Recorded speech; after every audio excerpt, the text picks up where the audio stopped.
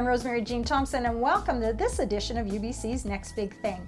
My guest today is Mary Song. She is an Indigenous Studies student here at the university. You're in your third year. Recently, she participated in I would say, an extraordinary event. It was the Truth and Reconciliation Conference in Vancouver. Tell us a little bit about that. Truth and Reconciliation was an event that was held for the survivors to come and tell their stories and part of healing, I guess.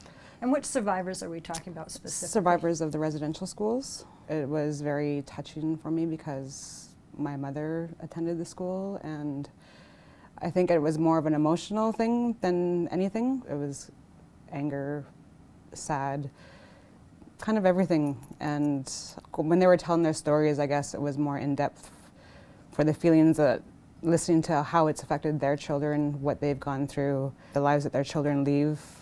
Hearing someone's, I think I heard one of the individuals there, their first time telling their story to their children, and their children were probably older than I was. When they first heard the story. They first heard the story. Most people have heard the devastating stories of Indigenous people that were taken out of their homes, with their parents' home, and shipped off to schools. Your mom was one of these children. And as a second generation, when did you find out that this indeed happened to your mother, and how do you think it might had an effect on you? I didn't find out that it had an effect on me until I got to college. And I started learning more about the residential schools, about the history. That year that I started my human service work, that summer later, I guess after my first year, my mom then told her story. Wow. So I was already 32 years old when I found out her story, her full story. It was more extreme than I thought it was. I knew growing up, kind of, hearing about the history, but it was always, leave it at that, let's not talk about it. So she didn't go into depth, she would just maybe share a little bit of information. Or change the subject, as soon as somebody subject. would talk about it. When you went to the Truth and Reconciliation Conference, were you expecting to feel the way you did? I was kind of looking forward to hearing other people's stories and kind of knowing that even the children spoke in regards to how they felt, I guess, listening to their parents tell their story, and made me feel that I wasn't alone. How many students have their parents gone to residential school and are in education right now, are going to school right now? And that's kind of my goal through my education, is working with children and empowering them and helping them find their purpose and helping them.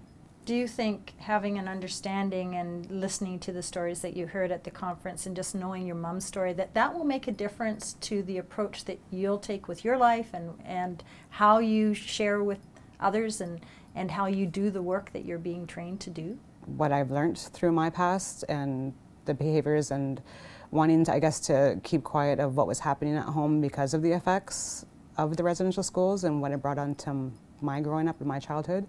I think that seeing these and knowing how I felt and what I did, I'll be able to recognize it in other children and kind of help. Participating in that, how did it make you feel to be able to think that you were a part of this event? And what nuggets did you walk away with that you thought you could carry on and take with you into the future? The biggest thing, I guess, for me was to see the amount of elders that were present and to speak with elders. I've had a couple elders that stopped me along the way. I guess being present when they were telling their stories was the biggest impact that had on me throughout. But also being with that many people and the love that was present, the amount of empathy and togetherness, and it was amazing, and I was glad to be there. One of the things that I'm so impressed with about the Indigenous people is the respect and honor that they have for their elders, and knowing the knowledge that they bring into your communities and what you can glean from them. How important is that to you? Highly important. I grew up without having, I guess, older figures like grandparents. So I've kind of collected grandparents along the way of, no, not my blood links, but ones that I was really close with and that helped guide me and raise me. And right now, elders to me are the utmost important because they're the ones who hold our foundation for our culture, and they're the ones who we still can learn off of. They hold everything, the knowledge, the culture, the family structures. They're the guiders. Well, I hope all of our cultures can learn a little bit from that. Thank you for coming and sharing. Thank you for having me. And that wraps up this edition of UBC's Next Big Thing. Until next time, I'm Rosemary Jean Thompson.